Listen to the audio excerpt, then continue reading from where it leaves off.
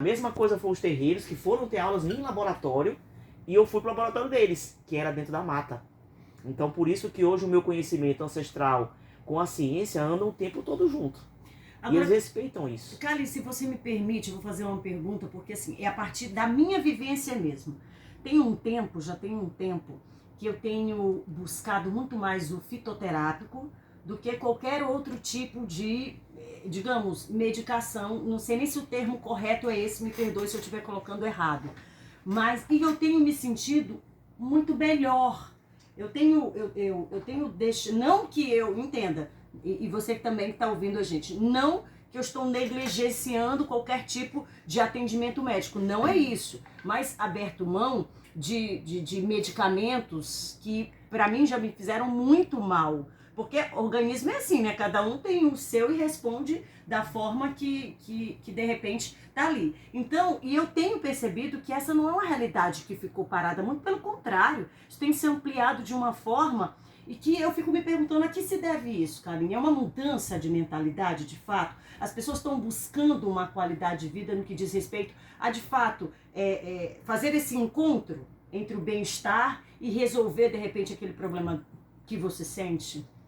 Eu te digo isso fácil, porque as pessoas sempre souberam que a alopatia, que é o químico que faz mal, e que age muito rápido, mas a planta medicinal, e no caso o produto que é o fitoterápico, tem efeito colateral sim, tem toxicidade sim, mas os efeitos benéficos, apesar de demorar para acontecer, a absorção é um pouco mais lenta, mas não tem tantos efeitos colaterais quanto a alopatia. Então assim, se eu posso utilizar para aquela sensação de que eu estou empachado, com aquele seu intestino funcionar, e um simples chá de erva cidreira, que no caso é a Lípia alba e não a Melissa officinalis, que são duas espécies da erva cidreira, se eu usar a Lípia alba vai melhorar muito. E que se eu não consigo dormir, eu tomo Melissa officinalis, que também é erva cidreira. Então eu tenho o que na minha mão? A chave da minha saúde, com pouquíssimo efeito colateral, onde eu sei que aquela planta vai servir para aquela patologia. E se eu uso uma dipirona para dor, ela além de tirar minha dor, mas ela também vai baixar minha pressão. E se eu for hipotenso? Sim. Se eu tiver a pressão já baixa? Então o que eu digo? Vamos usar a planta sempre, mas com cuidado, uso racional, entendendo que aquela planta serve para aquela doença. E buscando conhecimento buscando devido. conhecimento, nada de doutor Google, é procurar os profissionais. E repito, exatamente isso, não que eu tenha deixado, aberto mão disso, não, muito pelo contrário, às vezes eu chego no consultório, eu até brinco, ô doutor, mas eu não tenho nada fitoterápico ali pra me passar, não. Às vezes eles não aceitam, eles questionam. Eu tenho muitos amigos que estão me ouvindo, inclusive agora, e sabem disso. Então, eu vou voltar a pergunta, então, para Pedro Calesse. Pedro, então, o que moveu um farmacêutico lá em São Paulo a vir aqui para o Nordeste? O que te trouxe para cá? Olha, Robson, é justamente esse o ponto que a gente está conversando aqui. Então, a gente está conversando de uma mudança do que a gente entende que é saúde. Olha, eu quero cuidar do meu corpo de uma outra maneira, quero usar as plantas porque é algo que eu tenho familiaridade, porque faz parte da minha história. E isso é uma particularidade do Brasil, porque essa mudança ela acontece desde os anos 80, no mundo todo, a partir do momento que a Organização Mundial de Saúde amplia um pouco a ideia de saúde. A questão é que em todo o mundo isso se deu de maneiras diferentes. Então, especialmente no Brasil, isso se dá por via do SUS, né, que nascia também nesse mesmo período. Então, o que a gente tem hoje é essa entrada da fitoterapia dentro do Sistema Único de Saúde. Sim, eu quero que fique bem claro isso aqui para o ouvinte entender que a fitoterapia hoje ela está nos muitos, as PICs, como é que é o termo, o significado exatamente de PICs? Práticas integrativas e complementares de saúde. Então, a fitoterapia está inserida nesse contexto. O pessoal pensa, não, isso aí é um achismo, não sei o quê.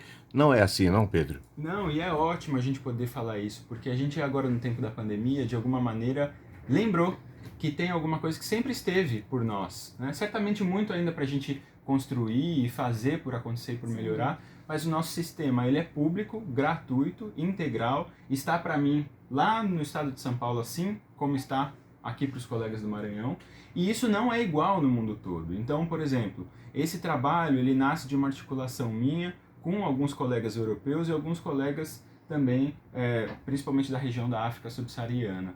E o que a gente percebe nesses lugares é que, pela ausência de um sistema tal qual nós temos aqui, universal, de acesso gratuito, o acesso à fitoterapia se deu por caminhos diferentes. Ora mais próximo das indústrias, Então essa ideia de tradição que a gente está aqui conversando faz parte do repertório dos industriais em muitos países. E aqui o que a gente percebe não. E mais do que isso, e por que o motivo de vir para cá, né?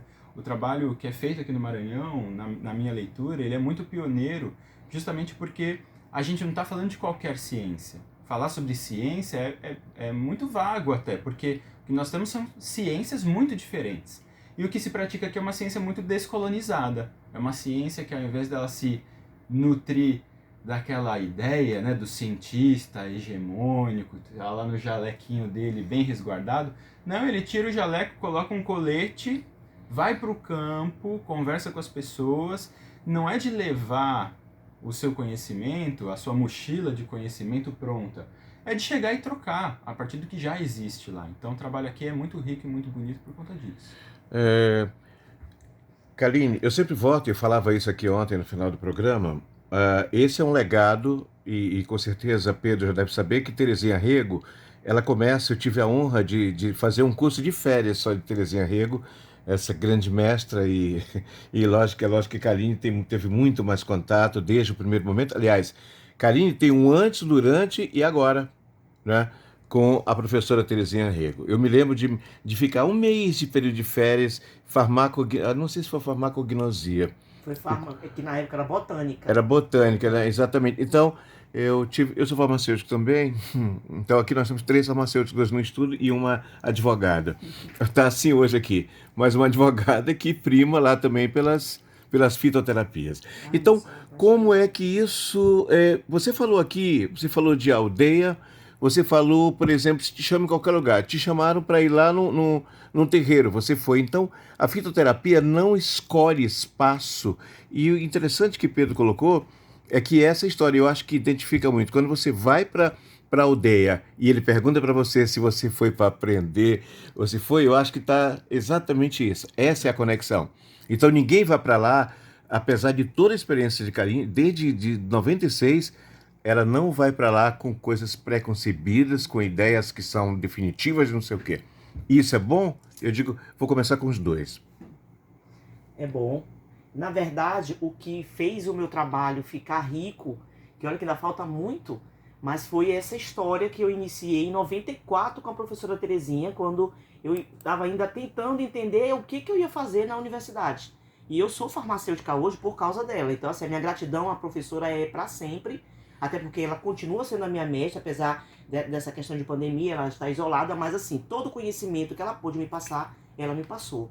E essa história de chegarmos num terreiro onde o conhecimento é gigante e ancestral, e a gente sabe que esse conhecimento popular deles é muito forte, eu também tenho que respeitar o conhecimento deles, mas pegar tudo isso e transformar em ciência. Porque se eu não fizer isso, eu não serei a farmacêutica e não poderei passar isso para os alunos e para as pessoas que querem o conhecimento científico. Mas essa coisa da comunidade, que é o que me fortalece. Estar em contato com o povo, cuidar do povo, ensinar que o alface não é só para fazer na forma de alimento, não é só uma salada, ele pode baixar a pressão arterial na forma de chá, ele pode te relaxar, fazer dormir 10 horas. Uau! O gengibre para fazer gargarejo, né? Vocês que trabalham com a voz o tempo todo, então assim, é um anti-inflamatório excelente. E é uma coisa simples que a gente tem na terra. E eu aprendi com quem isso? Com os índios, gente. Foi com os terreiros. Foi com aquela senhorinha que fica lá naquele povoado, muito pobre, que o que ela não tem nem o que comer. Então eu faço uma troca. Ela me ensina também, eu interpreto e levanto para a ciência, mas eu também ensino que a água de coco-mamão, que ela tem o coco no quintal e tem o pé de mamão, se eu fizer os dois juntos, eu vou controlar o meu colesterol e vou fazer funcionar o intestino. Como é que é? Água, bora gente, vamos anotando as receitas. Quer dizer, é o simples que a gente foi... quer dizer, a gente foi desaprendendo isso, é isso que eu digo. Com mamão. Quer dizer, junta tudo e faz poxa, essa aí vou anotar. Olha, quando Kaline, ela esteve com a gente aqui pouco antes da pandemia. E foi uma loucura, o pessoal foi querendo que ela voltasse, se for período da pandemia, a gente estava isolando o estúdio. O legal é que ela não vai podia. falando, vai dando os exemplos. Eu tô aqui só. Se me soltar.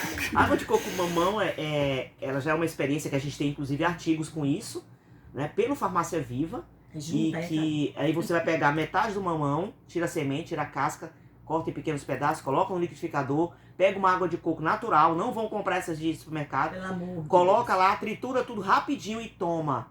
Todos os dias em jejum durante 10 dias.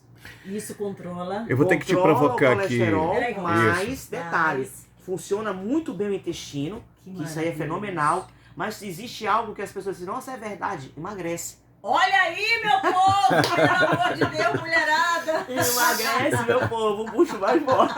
Meu Deus! E partindo em 3, 2, 1. Funciona bem. E outra, eu falei muito do gengibre. Sim. Cuidado o hipertenso, porque Opa. é termogênico, aumenta muito dá energia, mas aumenta a pressão. Mas em compensação, o diabético, isso é meu carro-chefe nos municípios, os bem pobres. E aí eu digo assim, gente, bora lá, chá de gengibre pra controlar o quê? Glicemia. Suco de pepino, Uau! glicemia vai lá pra baixo. Então é isso que eu faço com eles. Né? E funciona realmente. Olha, ela foi a minha orientadora nesse aspecto. Eu fiz a experiência com Suco do pepino. o suco do pepino e é fantástico. Eu tive uma redução incrível. E reduzi, eu tomava, só para ter uma ideia prática aqui, eu tomava 3 comprimidos diários de metformina 850. E eu reduzi primeiro para 500 e agora faço apenas uso 2 momentos do dia. Olha, Então eu tive uma redução aí, façam os cálculos, né? Então, bem menos. Então eu uso hoje 1000 miligramas de metformina, são apenas Antes era 2. mais de Eram 1.500. 3, Era muito mais mais. 2.000 miligramas, Era é. mais de 2.500 miligramas. Então, aí a gente observa. Aí aquilo que você falava antes, não é o abandono, e a gente sempre se bateu nisso aqui, né, Karine? Não é para negligenciar. Tem que continuar usando. Eu vou fazer um pedido aqui no ar, a gente se reorganizar, Karine, para que você estabeleça aí de novo um dia da semana, como a gente possa ir antes da pandemia, e vou voltar de novo a uma perguntinha. O tempo é tão curto, eu tenho mais só 4 minutos aqui. Que a gente não esqueça, porque eu, por exemplo, Kaline quando Kaline, eu fiz o primeiro contato, minha mulher fez contato, fez um treinamento com Kaline e depois veio para cá, inclusive você levou inclusive lá para o Posto Paraíso, uma experiência inclusive que eu acho muito legal. Muitos postos, Kate, aqui em São Luís, são mais de 50 unidades básicas de saúde, eles possuem um quintal. E lá no quintal, o que você fez no Paraíso? Construímos um horto local, já fizemos 2 plantios lá no dia, né, que foi o início de tudo, e para começar a Farmácia Viva, né? Então assim, eu e Josélia, que ela também é diretora lá, a gente fez esse trabalho e também de prescrição. Saía do médico e ia para mim. Que é o mais interessante, apesar de termos uma gama de médicos que condenam, que não é científico, é sim. Eu acho que os médicos têm que procurar abraçar essa causa, como muitos já estão abraçando. Eu tenho mais de 100 médicos que acreditam nisso. Mas 100 médicos em 217 municípios é muito pouco. Nossa. Eu preciso de médicos me apoiando, porque se eles forem buscar a ciência, claro que existe. Agora eles não podem confundir as garrafadas, que eles também nem conhecem o conhecimento da garrafada, e dizer que não funciona. Então assim, primeiro venham conversar com o profissional, me procurem, conversem comigo, batam um papo comigo. Os médicos fazerem isso para que a gente possa entender. Lá no Paraíso, o médico atendia e dizia assim, olha, ela tem um xarope broncodilatador fenomenal com planta. E eu passava o quê? Guaco. E funcionou. Kaline e Pedro, rapidamente em razão do tempo. Tem muita gente que está me questionando aqui de forma específica sobre esse tempo pandêmico. Tem algo que a fitoterapia está se concentrando nesse momento para ajudar as pessoas que de repente estão passando aí por problemas sérios, sintomas severos e também esse pós do Covid-19? Vou dar uma dica rápida aqui, já que está terminando. 3 gotas de óleo essencial de hortelã-pimenta, Ai, eu adoro mais óleo 4 essencial. gotas de eucalipto. Vamos lá, Junta de novo. tudo. Nós estamos falando de uma pós, porque Pode ser durante o Covid, pode ser pós-Covid. Não tem problema nenhum, não vai haver interação medicamentosa nenhuma, nem vai piorar nada. Poxa, vê como é que o tempo é ingrato. Você está falando de interação medicamentosa, que muitas pessoas utilizam um fitoterápico, quer dizer, uma planta medicinal, mas isso pode, junto com determinado medicamento, gerar dificuldades. Por isso o acompanhamento necessário. Farmácia Viva é isso, se preocupa com a interação medicamentosa. Ou seja, se eu uso o boldo, eu não posso tomar esse.